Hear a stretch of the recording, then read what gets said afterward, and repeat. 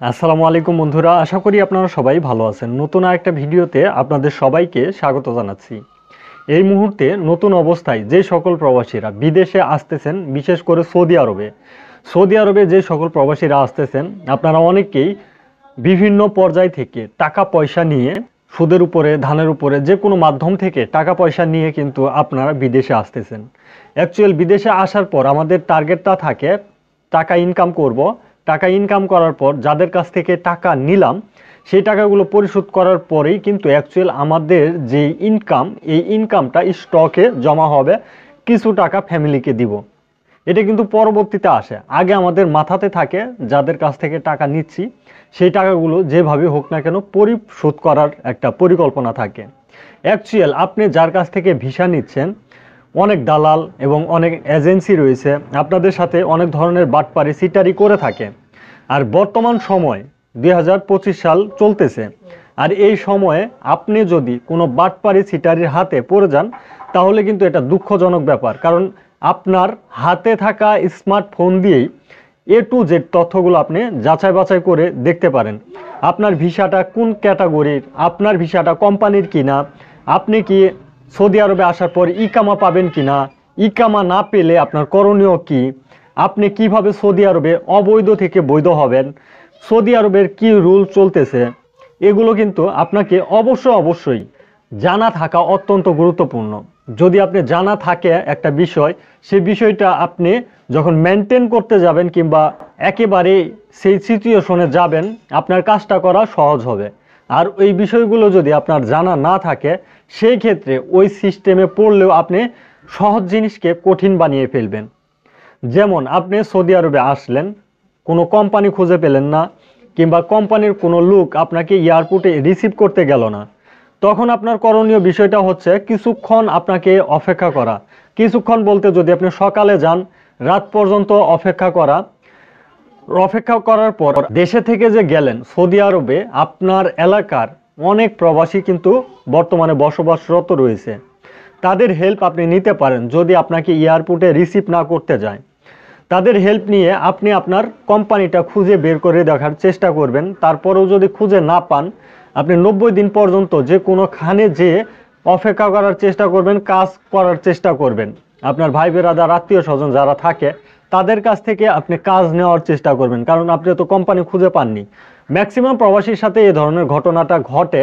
আর যাদের কোম্পানি খুঁজে পাওয়া হয় এবং কোম্পানি আছে, তারা তো অবশ্যই কোম্পানিতে যাবেন।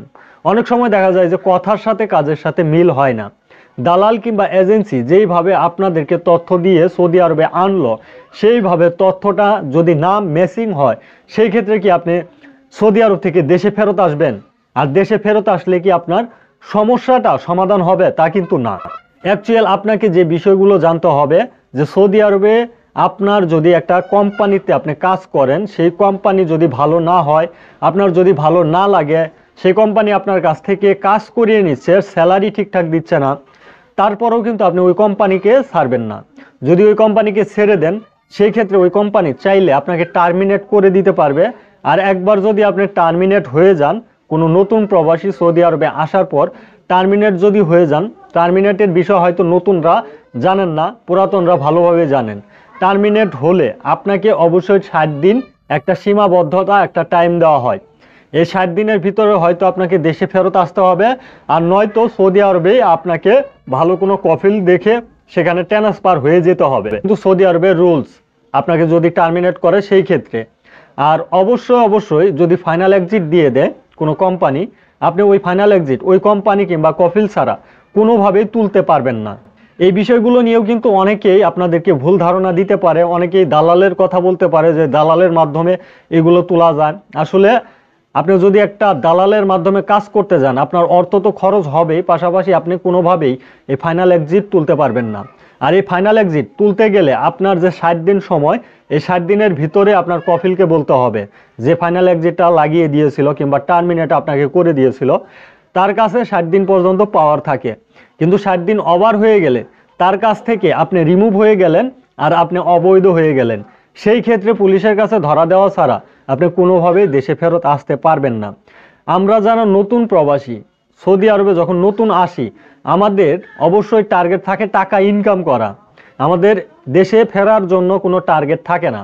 হয়তো কিছু কিছু প্রবাসী রয়েছেন যারা আমাদেরকে বলেন যে ভাই দেশে ফিরতে চাই, কিভাবে অতি সহজে অতি তাড়াতাড়ি দেশে ফেরা যায়। যদি আপনি সৌদি আরবে অ্যাকচুয়াল না থাকতে চান, দেশে ফেরত আসার জন্য অনেক ধরনের মাধ্যম রয়েছে। জাওজাতের মাধ্যমে ফেরত আসতে পারবেন, বাংলাদেশ দূতাবাস জেদ্দা কনসুলার টিমের মাধ্যমে দেশে ফেরত আসতে পারবেন, পুলিশের কাছে ধরা দিয়ে দেশে ফেরত আসতে পারবেন। দেশে ফেরত আসাটাই আপনার সমাধান না। আপনাকে অবশ্যই টাকা ইনকাম করতে গেছেন, টাকা ইনকাম করতে হবে। যদি আমার এই কথাটা আপনার ভালো না লাগে, সেই ক্ষেত্রে পরবর্তীতে যখন দেশে ফেরত আসবেন তখন হয়তো আপনার এই কথাটা আপনার গুরুত্বপূর্ণ বলে মনে হতে পারে।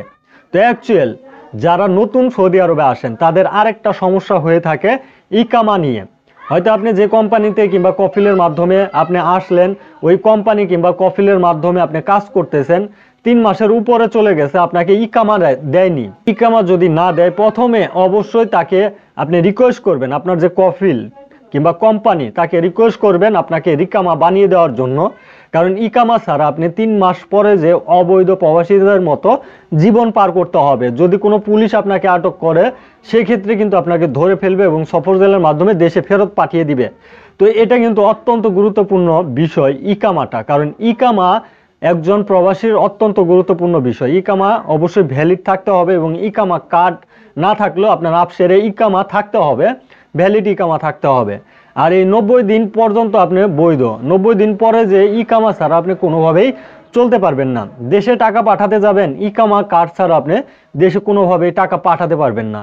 আর ইকামা যদি আপনার এক্সপায়ার হয়ে যায়, সেই ক্ষেত্রে আপনি দেশে টাকা পাঠাতে পারবেন না। তো ইকামা যদি কোনো কফিল আপনাদেরকে কোনো কারণবশত করে না দেয়, সেই ক্ষেত্রে আপনার নিজের যে বিষয়টা, এই নিজের বিষয়টা নিজে বের করার চেষ্টা করবেন। নিজের বিষয়টা নিজে যদি বের করতে পারেন, তাহলে কিন্তু আপনি সাকসেস নিতে পারবেন এবং সাকসেস হতে পারবেন। কফিল ছাড়া অন্য আরেকটা কোম্পানিতে যে ট্রান্সফার হয়ে যেতে পারবেন।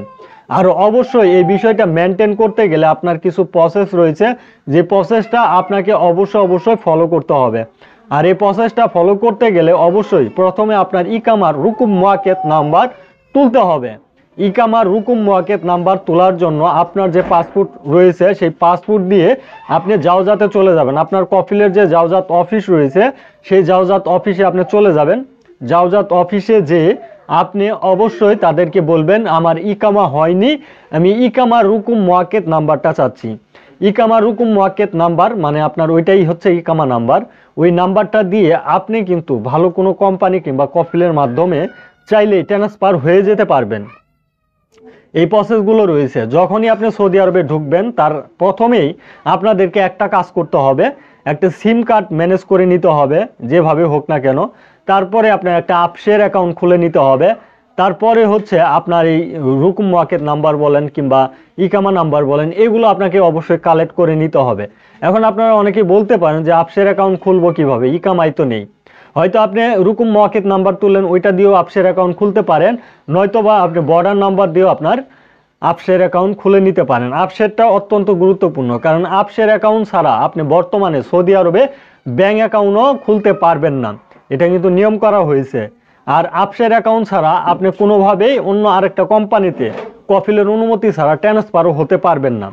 আশা করি যে তথ্যগুলো আজকের এই ভিডিওতে দেওয়ার চেষ্টা করলাম, যারা একেবারে ফ্রেশ প্রবাসী, নতুন প্রবাসী, তাদের জানাটা অত্যন্ত গুরুত্বপূর্ণ এবং আপনাদের এই বিষয়গুলো অবশ্যই অত্যন্ত গুরুত্বপূর্ণ প্রত্যেকটা নতুন প্রবাসীদের জন্য। আজকের ভিডিওটি এ পর্যন্তই। যারা ভিডিওটি দেখলেন অবশ্যই শেয়ার করে দেওয়ার চেষ্টা করবেন, আপনার পাশাপাশি যাতে আরও প্রবাসী রয়েছে তারাও এই বিষয়গুলোর সাথে সংশ্লিষ্ট হতে পারে এবং তারা বুঝতে পারে। ধন্যবাদ সবাইকে। সালামু আলাইকুম।